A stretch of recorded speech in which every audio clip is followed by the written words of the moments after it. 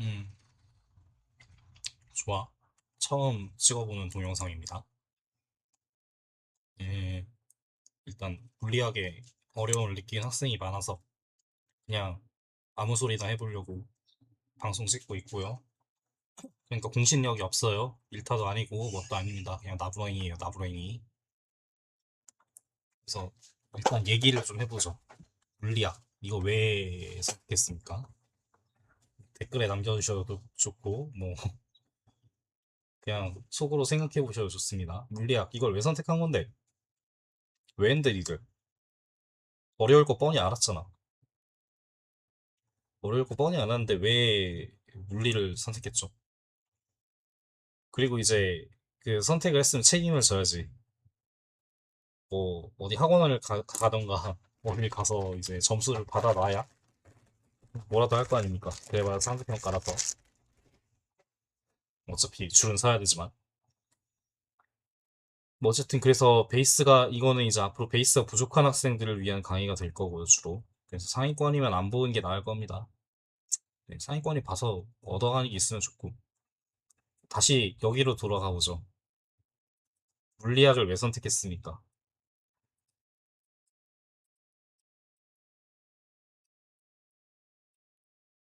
반도체 계약학과 하려고? 아니, 반도체 계약학과를 갈 거면 솔직히 물리 선택보다는 아니, 물 선택해야지 당연히. 진로 선택까지 빡세게 할 필요가 있나? 역학과에서 특히 그냥 전자기하양자 대중하고 공대 가서 필요한 물리만 배우면 되지. 물리학과 갈 거 아니잖아. 물리학과 갈 거 아니고 공대에서 어차피 물리할 건데 물리를 깊게 배울 이유가 없지. 그래도 고등학교 때 배우는 건 기본적인 거니까 배워야 돼요. 배워야 돼. 그래야 공대 가가지고 공부라도 따라가지. 걔네도 1학년 때 기초물리 다 들어가 있어요. 예. 그래서 물리학을 선택한 이유를 좀 되새겨 보셔라. 왜 선택했는가? 전 참고로 화원투, 생원투 선택자입니다. 대단하지? 현역 때 그래도 계속 일 나왔어. 3모였나 6모였나 그때 한번 생투 2 삐끗하고. 그래서 왜 난 그런 물리학과를 갔을까? 모르겠어요. 솔직히 점수 맞춰서 갔습니다. 장학금 받으려고 하향 지원해서 갔어요.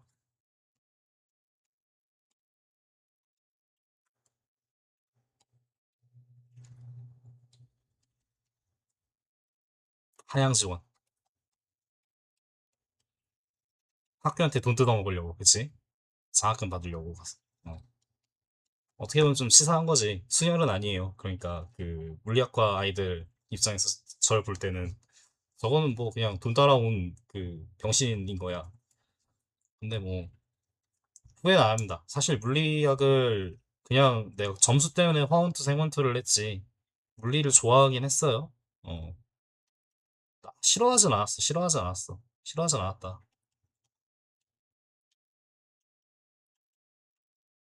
그 과학이 아닌 지구과학보다 훨씬 나아. 솔직히 내가 생각할 때. 지구과학은 진짜 과학은 과학인데 그 너무 다 짬뽕 해놔가지고 지구과학 하려면 물리도 잘해야 돼, 화학도 잘해야 돼, 생물도 잘해야 돼. 아씨, 뭐 잘해야 될 게 너무 많아요, 진짜. 대학이나 연구자 레벨 가면. 특히나 이제 힘도 좋아야 돼. 막 돌덩이 같은 거 들고 다녀야 되거든. 내가 봤는데 그 손재주도 좋아야 돼. 막 잘 쪼개야 되더라고. 어쨌든 본인이 물리 선택한 이유를 한번 되새겼으면 좋겠습니다. 이걸 계속 듣기 전에. 그리고 뚜렷한 이유가 없다. 이런 학생도 있을 거야. 도피성. 아마 하위권,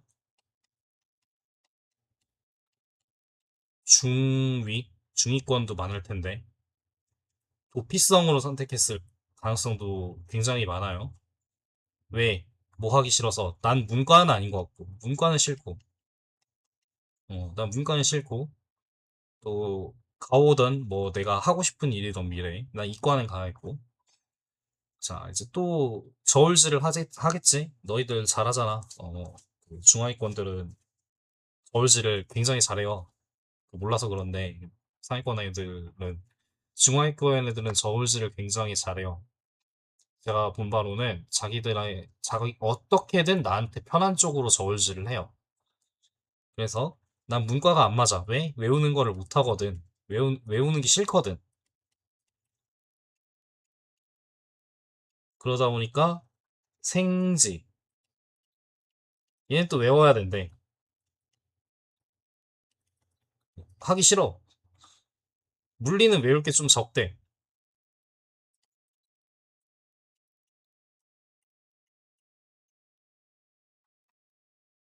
그러면 물리해야지 하고 딱 들어온 거야. 들어왔습니다. 자, 어디로 들어왔냐?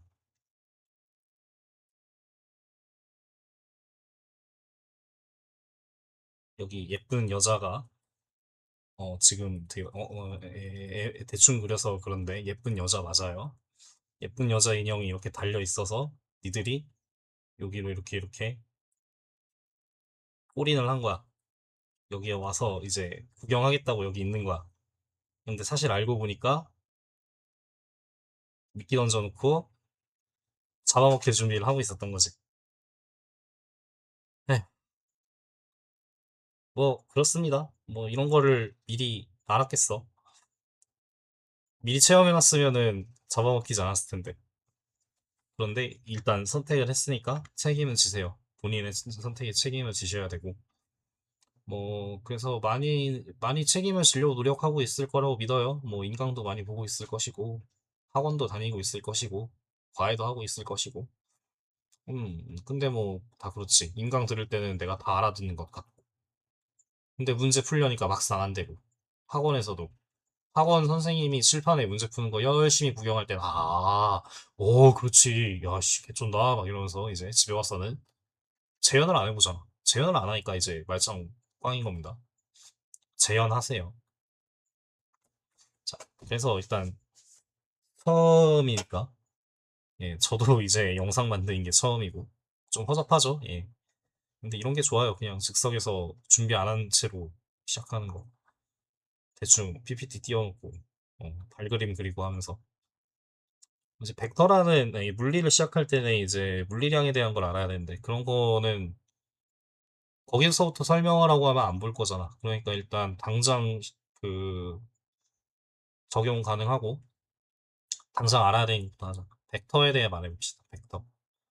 그러니까 벡터에 대해서 말을 하려면 물리적인 아주 따분한 정의부터 좀 생각을 해보자. 벡터는 세 가지 요소로 구성된다. 크기, 방향, 잠깐만. 세 가지 요소는 힘이고 벡터는 크기하고 방향만 있으면 됩니다. 벡터는 크기와 방향이 필요합니다. 그럼 크기하고 방향을 가진 가진 물리량을 벡터량이라고 합니다. 이제 데이터 과학이나 뭐 컴공이라고 해야 되나? 이거 그냥 데이터 과학이잖아. 데이터를 다룰 때 이 벡터는 행렬이에요. 그냥 행렬이라고 보시면 돼요. 왜냐면은 데이터가 되게 방대하잖아. 그러니까 예를 들어 우리 집안에서 볼 수 있는 거 뭐 있냐? 필통. 필통이라고 하면 하부 카테고리 안에 뭐 흉기, 어? 어쨌든 일단 들어봐. 흉기라는 카테고리가 있고 뭐 지우개라는 카테고리가 있고 그냥 수정 용구라고 하자. 수정에 필요한 도구, 수정에 필요한 도구,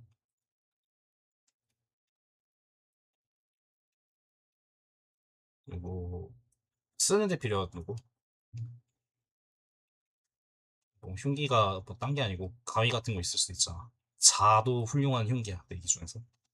그럼 수정에 필요한 도구, 뭐 수정 그리고 화이트 있죠, 화이트, 지우개 등등. 쓰는데 필요한 거는 뭐 펜, 샤프, 연필. 이런 식으로 구조가 뭐 안에 뭐 안에 뭐 안에 뭐 이런 식으로 돼 있죠. 그런 거를 조금 구현하기 위해서 만든 이런 것도 이제 벡터에서 개념을 좀 빌려올 수 있어요. 예를 들어 필통이라는 행렬 안에는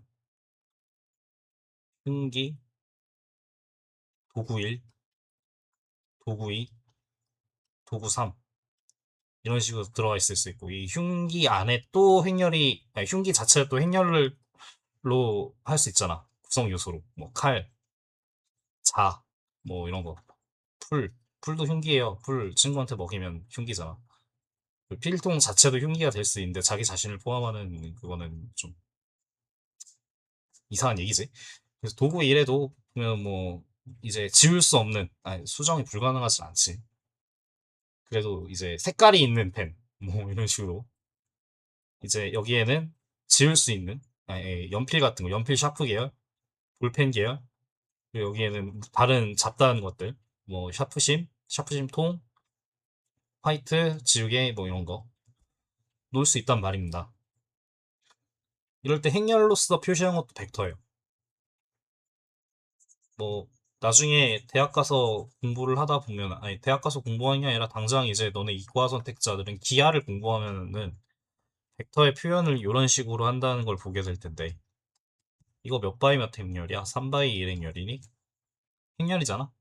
예. 이 안에 뭐 데이터 값이 들어간다고 생각하면은 벡터는 데이터 다룰 때 쓰는 행렬이다. 이렇게 할 수 있고 디자인에 대한 정의도 있더라고요. 디자인에서 쓰는 벡터의 정의도. 디자인에서 쓰는 벡터의 정의는 점 하나를 다른 점으로 옮길 때 어떤 수학적 규칙을 가지고 옮길 건지래요. 근데 그것도 생각해보면은 뭐 뒤에서 할 얘기지만 시점, 종점. 그래서 시점부터 종점까지 어떤 점을 움직일 건데 어떤 규칙을 가지고 움직일 거냐. 그것을 이 안에 나열해 주는 것도 뭐 큰 의미에서 데이터를 다룰 때 이 벡터 안에 들어간다는 거죠. 이제 생물학에서의 벡터가 조금 저도 잘 안 와닿았는데 읽어보니까 좀 알 것 같더라고. 그러니까 어떤 유전자나 그 물질 같은 거를 특정 세포에 주입한대. 특정 세포에 갖다 주는 거래. 그러니까 이거는 전달자의 개념이지. 생물학은 전달자.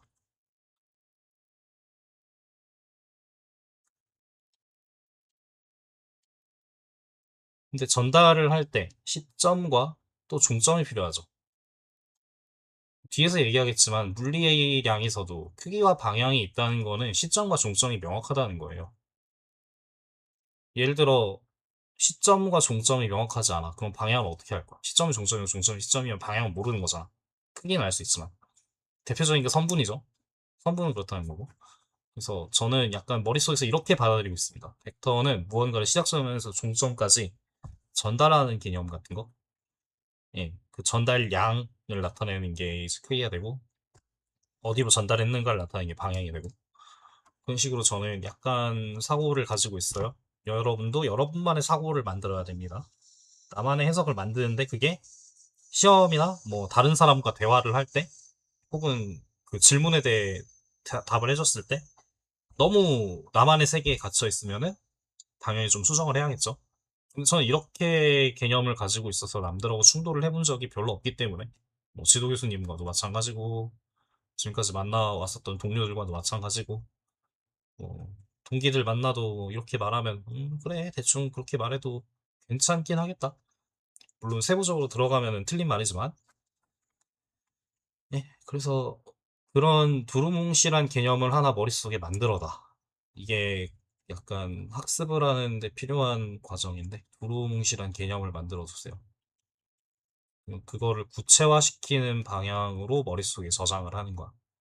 동그라미가 있으면 뭐든 될 수 있잖아. 이게 돼지가 될 수도 있고 잠깐 이거 돼지 같지 않은데 단추가 될 수도 있고 어, 뭐 예를 들어 컵의 윗면이 될 수도 있고 네 이런 식으로 연상하면서 좀 외워보세요. 그런 능력을 좀 키워봐. 그리고 물리가 외울 게 없다라고 생각하고 지금 들어왔다면 당장 학교를 자퇴하십시오. 물리학 선택을 했는데 외울 게 없어서 그나마 만만할 것 같아서 선택했어요. 그냥 자퇴하고 수능 보세요. 물리에도 외워야 될 거 있습니다. 많아요. 물론 타 과목보다 그렇게 많진 않은데. 근데 타 과목은 이제 외우기만 해서 맞출 수 있는 게 꽤 많다면 물리는 외우기만 해서 맞출 수 있는 게 꽤 적다. 그러니까 공부 편하게 할 생각 버리라는 겁니다. 자, 아까 얘기를 했는데 시점과 종점이 어떻게 방향성과 크기에 연결될까?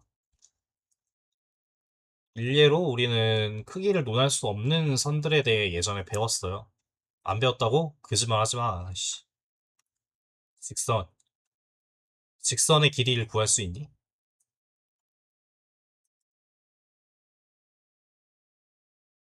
구할 수 있다고 지금 머릿속에서 생각한 학생들은 좀 빨리 그 마음을 버리세요.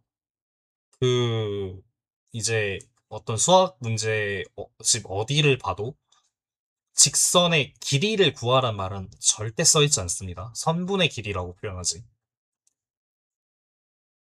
그래서 직선과 선분의 구분이 안 된다. 그럼 중학교 수학책 펴시고, 중학교 2학년 2학기 수학책 펴시고, 2학년이 이렇게 맞나? 몇 학년 몇 학기였지? 시 까먹었다. 하여튼 중학교 수학책이나 초등학교 수학책을 펴고, 선분이란 무엇인가? 예, 선분이란 무엇인가부터 좀 찾아보세요. 선분과 직선의 명확한 구분. 선분, 직선, 반직선. 솔직히 지금 고등학교 2학년 와서 그걸 구분을 못한다. 음, 뭐 그럴 수 있어요. 뭐, 예, 예, 가능합니다. 나쁜 건 아니야. 구분 안 해도 세상 사는데 지장 없잖아. 그런데 약간 기본 교양 아닐까? 아닌가? 나만 그렇게 생각하나? 나만 그렇게 생각할 수 있어요, 당연히. 뭐, 그렇습니다. 저한텐 교양이 꼭 지극히 알아야 되는 건데, 뭐, 필요 없는 사람들은 정말 필요 없고, 왜 그걸 알아야 되냐? 연예인 이름 하나하나 더 외우고 있는 게 낫지. 이렇게 생각했지? 예. 아니지, 연예인 이름 외우는 게 이거보다 중요하지. 아니, 축구선수 이름 외우는 게 이거보다 중요하지. 당연하지 않아? 필수 하나 올리는 게 너네들한테는 더 중요하잖아. 근데 그런 생각을 좀 버리라는 겁니다. 직선이 있어요, 직선. AB. 직선 AB가 있으면은 이건 길이를 논할 수가 없다. 그러니까 크기를 논할 수가 없다는 거야. 그럼 방향에 대해 생각해보자. 직선은 양쪽으로 뻗어나가죠. 그럼 양쪽으로 뻗어나가는 방향이에요. 방향이 어느 한 방향으로 정해져 있지가 않아요. 따라서 직선은 안 된다는 거야. 직선은 아니야. 그리고 이제 삼각함수라는 걸 배우게 되면서 일반각이라는 걸 너희가 학습할 텐데 이미 학습한 아이들도 있을 수도 있고 여기선 반직선에 대해서 얘기합니다. 반직선이란 시점은 정해져 있는데 종점이 없는 거야. 뭐 이렇게 반직선하고 이 반직선 사이에 각을 세타라고 하고 어쩌고 저쩌고 있어요. 나중에 가서 배우시던지 이미 배웠으면 그냥 넘어가 주세요. 이거는 방향은 있지. 근데 길이가 없죠. 그러니까 크기가 없지. 근데 벡터라는 거는 명확합니다. 크기가 있고 선분은 크기가 있어요. 그래서 선분은 크기가 있어. 크기가 있고 방향이 있다. 방향. 크기, 길이, 그리고 방향. 누가 시작점이고 누가 종점인지 명확히 구분이 되어 있다. 이거를 항상 기억해 주세요. 굉장히 중요한 개념이고 기하에서도 관념적으로 꽤 중요한 역할을 합니다. 그래서 이런 말을 하잖아요. 사람들이 이제 또 너네 명언 좋아하자. 인생은 속력이 아니라 방향이다. 인생은 방향이다. 인생은 속도다. 꾸준히 느리게 가도 꾸준히만 가면 된다. 제 학교 선배가 이런 말을 했어요. 여기 더해서 인생은 속도인데 네가 가고 싶은 길이 여기야. 어, 갈 길. 근데 이 갈 길하고 정반대로만 계속 안 달리면 돼. 180도의 각을 가지고만. 이 길만 안 가면 된대요. 그 선배의 논리로는 뭐 이만큼 가고 있었으면 수정을 해서 여기로 돌아올 수 있다는 거고, 요 방향으로 가고 있었으면 방향 자체가 조금은 비슷하잖아? 그러니까 갈 길을 가고 있다는 겁니다. 그러니까 정확히 반대로만 안 가면 된다는 거야. 참, 뭐 인생을 참 굴곡지게 사셨던 선배님이라, 예, 맞는 말씀을 하신 것 같아요. 본인께서도 갈 길을 찾기 위해서 방황을 많이 하셨었고, 예, 뭐 군대를, 몸이 워낙 허약해서 군대는 못 가셨지만 그만큼 학교는 더 다니셨고, 그만큼 학교를 2번 다니는 걸로 퉁치셨고, 머리도 좋으시고, 예. 그래서 인생은 속도인데 이런 거 좀 알아두시고, 뭐다? 벡터는 시점과 종점이 정해져 있기 때문에 크기와 방향을 가진다. 그러니까 시점과 종점이 중요하다는 겁니다. 이 시점과 종점의 개념이 나중에 어디로 이어질지는 두고 봅시다. 그리고 두 벡터를 합성하거나 혹은 임의로 이동한다는 개념이 나올 거예요. 예를 들어 이제 상자 글을 냈는데 그냥 기영이 그릴래요. 우리가 기영이를 괴롭혀 봅시다. 예, 기영이를 여기서 누르고 여기서 누르고 여기서 누를 거예요. 그러니까 앞으로 어떤 물리적 상황을 말하게 될 거냐면, 기영이한테 전달되는 요 세 힘 뒤에 나올 건데, 이 세 힘들이 마치 기영이 내부의 어떤 한 점에 다 작용하고 있는 것처럼 생각하자. 근데 이런 거면은 요 시점과 종점을 다 옮겨서 가져온 거잖아요. 그치? 시점과 종점을 다, 그, 시점을 다 한 개로 옮겨왔고, 종점을 각각 이런 데로 다 옮긴 거예요.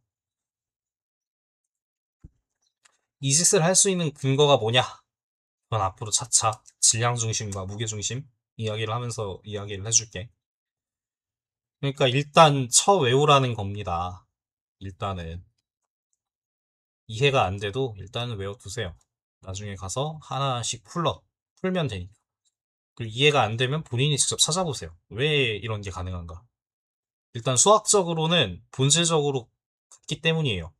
어차피 시점과 종점의 그 거리 차이, 그치? 이거 길이, 내가 크기라고 표현했지만, 시점과 종점 사이의 길이 자체는 요 두 점을 평행이동한다고 해서 달라지지 않아요. 똑같이 평행이동하면 크기는 유지돼. 방향도 똑같이 평행이동해도 방향도 유지돼요. 이게 아마 기하 들어가서 배울 벡터의 성질일 겁니다. 네. 그러니까 두 벡터를 임의 이동한다는 것은 평행이동에만 속한다. 평행이동. 두 점을 그대로 평행이동한다. 벡터를 이루는 두 점을 그대로 평행이동한다. 그건 벡터를 평행이동한다와 같은 얘기고, 두 벡터를 합성한다. 이건 또 여기서 기형이 누르는 괴롭히는 상황에서 봅시다. 그래서 요 힘들을 다 합성할 수 있다는 거야. 어떻게? 외우라고 합니다. 이것도 당연히. 너희 수준에서는 외우라고 해요. 이게 교과 위기가 잘못됐어요. 제가 볼 때. 물리학 가르치려면 그냥 기하를 1학년 때 넣었어야 돼. 아니면 벡터를 다시가 아니라 벡터를 중학교 때 맛보기로 넣던가. 공관좌표 하면서. 공관좌표 하면서 벡터를 거기다 넣던가. 아니면 벡터를 배운 다음에 물리를 가르쳐야 돼. 그러니까 이거부터 지금 너네가 나는 이해 못했는데 그냥 덮어놓고 외워야 돼요 하면서 막혀가지고 안 외우려고 하는 거잖아. 평행사변법이란 걸 씁니다. 이 벡터와 평행한 선분을 여기다 그리고 요 벡터와 평행한 선분을 여기다 그려요. 그 다음에 그 평행사변의 대각선이 이 두 벡터의 합이다. 이렇게 표현합니다. 그 평면에 그냥 같은 방향을 바라보는 벡터는 그냥 더하거나 빼면 돼요. 서로 방향이 반대면 값을 빼주고, 방 같으면 값을 더해주고. 지금 그래가지고 룰이 딱 2개밖에 없잖아. 평행사변. 법이라고 하는 거. 그리고 같은 평면이면, 같은 평면, 같은 선상 위면은 뭐 작용선상이라고 부르는데, 이면 방향이 같을 때 더해주고, 방향이 같다를 어떻게 기호로 표현하지?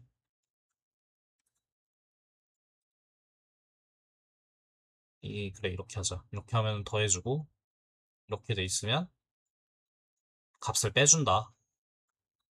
딱 이거, 이룰. 이룰도 외우기 싫어가지고 몸을 비틀 거야? 지금 머릿속에서 나는 이것조차 외우기 싫고 이것조차 외울 능력이 안 돼서 몸을 비틀 거예요. 라고 생각했으면은 그냥 자퇴를 하세요. 한국은 어떻게 해? 네. 자, 그래서 물리에서 중요하게 이제 벡터에 대한 이야기를 했고, 물리에서 중요하게 여기는 것들을 몇 가지 좀 생각해 봅시다. 물리에서 일단 가장 중요하게 여기는 거는 식량이에요. 예. 기준입니다. 기준. 표준이에요, 표준.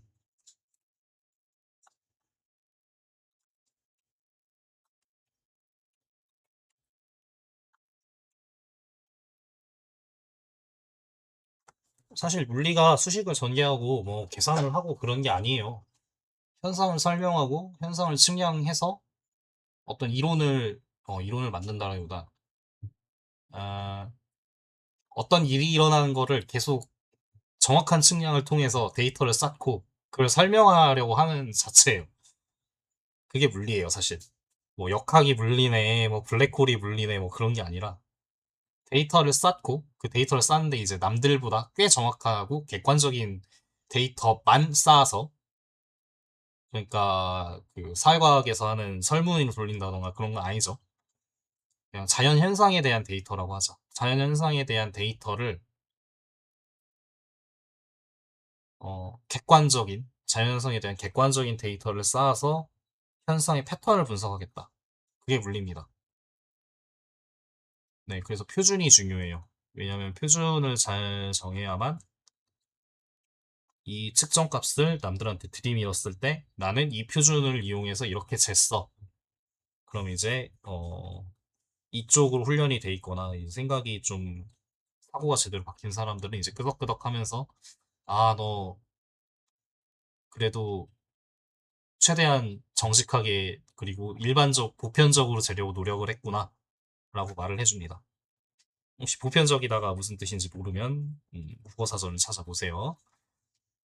네, 표준이 가장 중요하고 근데 그거는 별로 안 중요하잖아. 난 내 점수가 중요하지. 그쵸? 근데 그럼에도 불구하고 이런 진짜 물리에서 말하고자 하는 게 뭔가? 단순히 그냥 계산인가? 단순히 문제 풀어 제끼는 머신으로 만드는 것인가? 그렇지. 예, 단돈 30만 원이면은 인간 계산기로 만들어 드리겠습니다. 뭐 이런 거 아니란 거예요. 예, 뭐 그거는 목적으로 가기 위한 한 가지 길일 뿐이고. 예. 그래서 이런 걸 끊임없이 생각해야 됩니다. 내가 무슨 짓을 하고 있는지. 이 학문에서 궁극적으로 말하고자 하는 바는 무엇인지, 그리고 뭘 가장 중요하게 생각하는지, 그리고 그것에 도달하려면 세부 계획을 어떻게 쪼개고 실행할지 그런 걸 좀 생각해야 됩니다. 저도 뭐 그렇게 잘했던 편은 아니긴 한데 그래도 실패도 해봤고 겪어본 사람으로서 해주는 이야기예요. 네, 지극히 제 개인적인 의견입니다. 모든 것에 대해 끊임없이 생각하세요.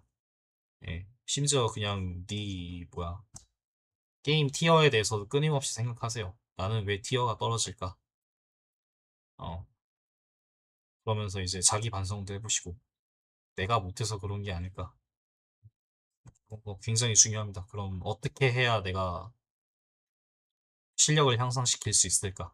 판수를 박는 게 아니라 판수는 많이 박아봤는데 실력이 안 올라.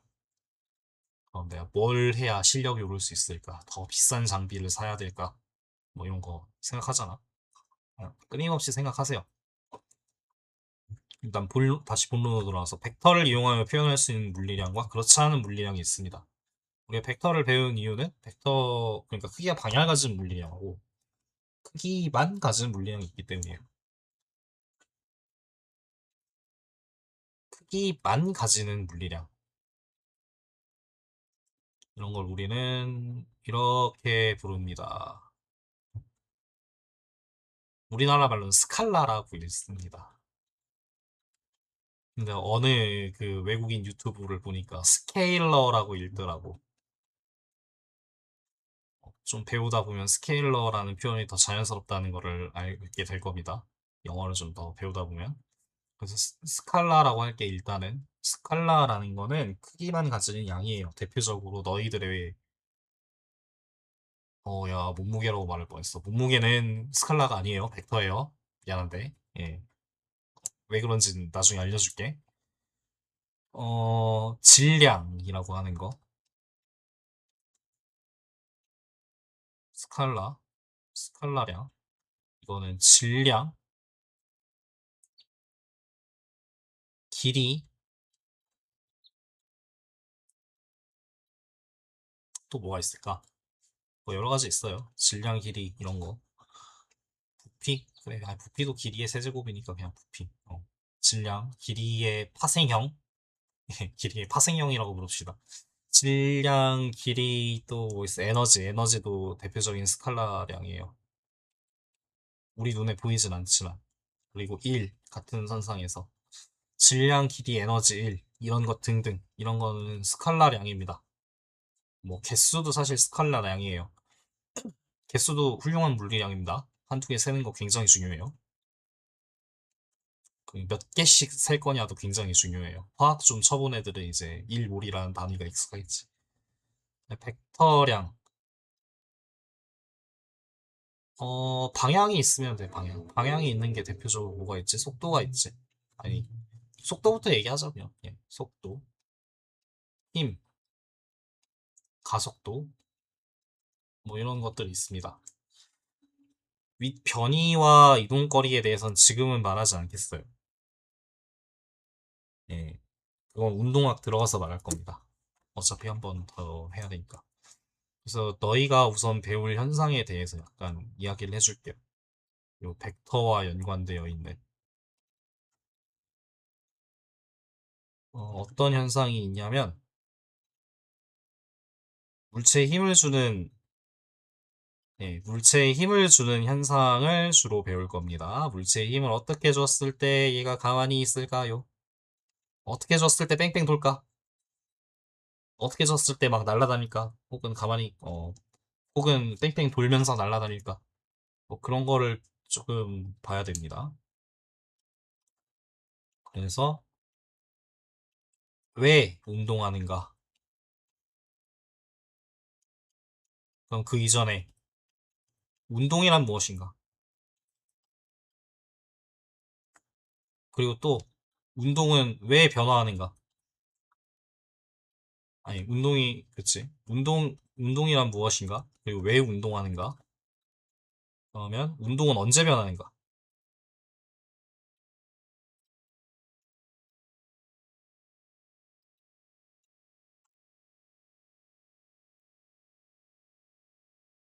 이걸 어떻게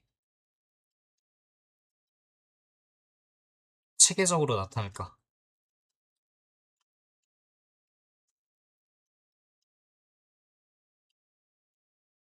이게 물리학, 힘과 운동, 대단원 힘과 운동의 전부입니다. 예, 이 세 가지 주제가 전부예요. 왜 운동하고, 아니, 처음에 운동이란 무엇인가? 왜 운동하는가? 운동은 어떻게 변하는가? 이 세 가지 키워드에 모든 게 다 그냥 들어가 있습니다. 그러면 운동이란 대체 뭔지 좀 해보자. 운동이란 너네가 헬스장에 가서 무게를 치는 것도 운동이긴 해요. 왜냐하면 들었다 놨다 하잖아. 지금 이 말에서 뭔가 눈치 빠른 아이들은 눈치를 챘을 것 같은데. 움직이는 거야, 움직이는 거. 이렇게 진동을 하든, 뭐 회전을 하든, 뭐 앞뒤로 가든, 움직인다. 운동은 움직인다. 정지해 있다면 우리는 그걸 운동한다라고 하지 않습니다.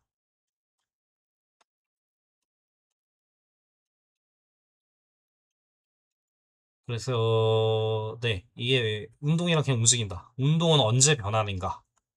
이게 또 중요한 주제예요. 그럼 일단, 왜 멈춰 있는가?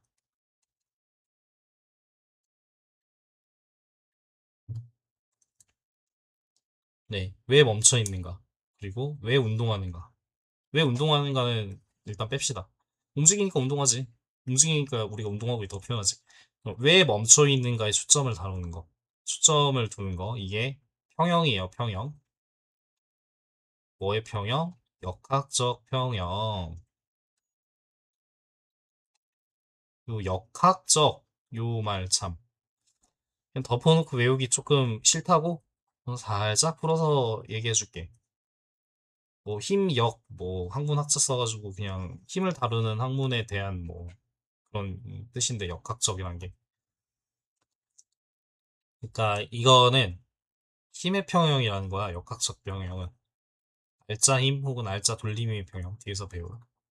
네, 그래서 어떤 물체가 가만히 있으려면 혹은 더 나아가서 그냥 운동 상태가 변하지 않으려면 역학적 평형 상태가 유지되어야 된다. 네, 이런 걸 배울 거고 운동이 변하지 않은 상태 이미 말을 했죠. 운동이 변하지 않는 상태는 역학적 평형 상태다. 그러면 이 역학적 평형 상태 조건이 어떻게 되는데? 그 조건을 만족하면 역학적 평형을 만족하나? 이런 거를 이제 물어봐야 돼요. 너희가 그러니까 막 이런 거를 들어요, 막 나한테.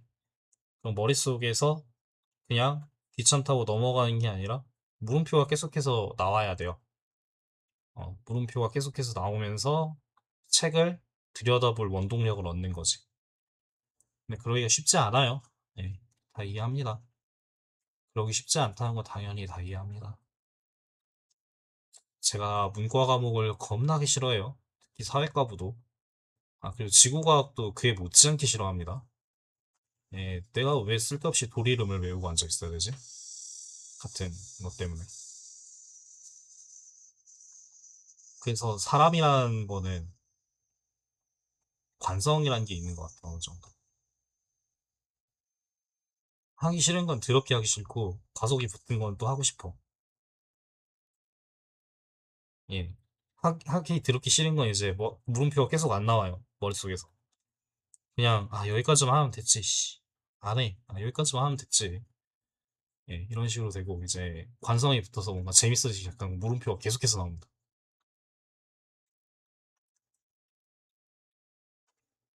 근데 그 물음표가 나오게끔 하는 거를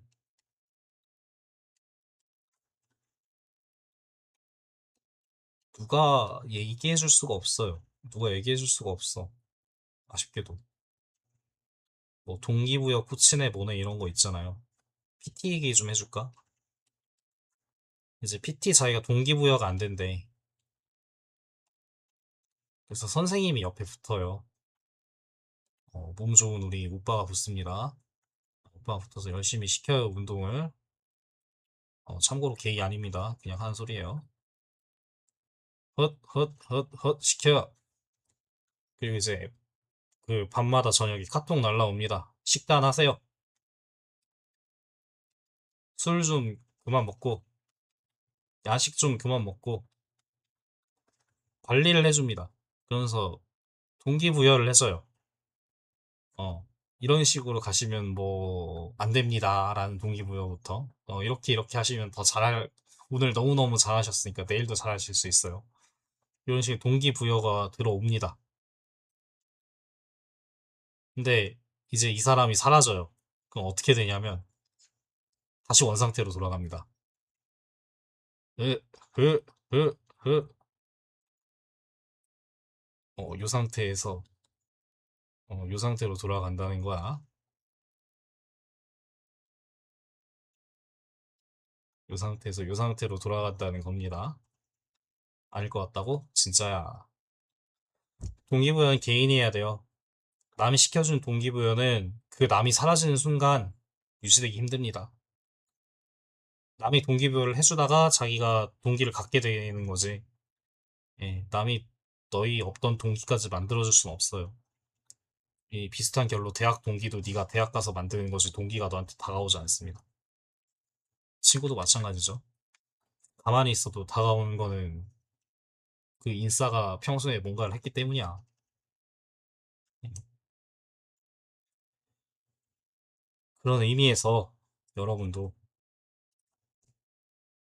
사고하십시오. 끊임없이 사고하십시오. 끊임없이 동기부여가 안 돼도 내가 이걸 해야만 하는 이유를 찾아서 붙잡으세요. 예. 그렇게 해서 한 1년 정도는 그렇게 해볼 만합니다. 할 수 있어요. 네.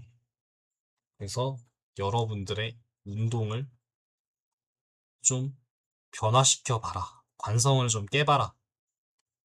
관성을 좀 깨고 나와 보세요.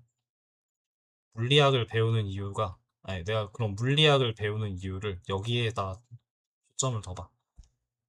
나의, 내가 가지고 있는 내 앞길을 방해하는 관성을 깨부수고 나오겠다. 관성 깨부수기. 그거를 뭐로부터 시작해보겠다? 물리학습을 하는 거로부터 시작을 해보겠다. 한번 동기부여를 해봅시다. 그러면서, 다음 영상이 언제 올라올지 모르겠는데, 솔직히, 처음 해보니까 좀 귀찮네. 예, 뭐, 그래서 다음 영상 올리게 된다면, 이제, 요새 운동이 언제 변하는 거와 운동이 변하지 않는 상태. 근데 역순으로 갈 거예요. 운동이 변하지 않는 상태가 교과서에 먼저 나오기 때문에. 운동이 변하지 않는 상태, 그리고 힘에 대해서 좀 더 정확히, 좀 더 자세하게 이야기를 하면서 시작하겠습니다. 다음에 영상을 올릴지 안 올릴지 모르겠지만, 그 다음에 운동이 언제 변화하는가. 여기서 이제 속도 가지고 얘기를 할 거고, 힘 얘기를 다시 하게 될 거고, 그리고 다시 운동이란이라는 걸로 돌아가서, 그럼 운동을 하고 있는 것 자체도 어떤 물리량을 가지겠지? 운동량이라는 거를 그래서 이야기를 하게 될 거예요. 운동량이 변하는 게 뭐 힘과 관련이 없지 않다? 아니, 사실 굉장히 밀접한 관련이 있고, 그것 때문에 나타나는 전 우주적 질서, 그냥 미시세계부터 거시세계까지 다 그냥 통하는, 예, 그냥 하느님 같은 법칙, 신의 법칙이지, 말하자면. 그런 거에 대해 얘기를 하고, 참고로 그, 무신론자입니다. 네, 어, 통용된 법칙에 대한 이야기를 하고, 그 다음에, 네, 그러면 다시 전 페이지로 돌아가. 이거를 체계적으로 나타낸 또 다른 방법 중 하나인 에너지 분석. 여기까지 가면은 대충 역학 파트가 끝나요. 좀 긴 여정입니다. 예, 너희가 중간고사, 보통 학교 중간고사 범위가 이 역학 파트, 그 열역학, 전기장까지야. 전기장. 전기장과 전기회로까지. 그러니까 뭐 다른 데서 배우더라도 아니 뭔 소리야. 여기 와서 영상을 볼지 말지 내가 어떻게 알아. 어쨌든 뭐 영상 계속 볼 거면 보시고 아니면은 뭐 그냥 있으십시오. 다음 영상 언제 올라갈지 몰라요. 이거 그냥 시험적으로 해보는 겁니다. 뭐 그럼 즐겁게 지내시고 어, 개인적인 동기를 좀 부여해 봐라. 관성을 좀 깨부수고 나와 봐라.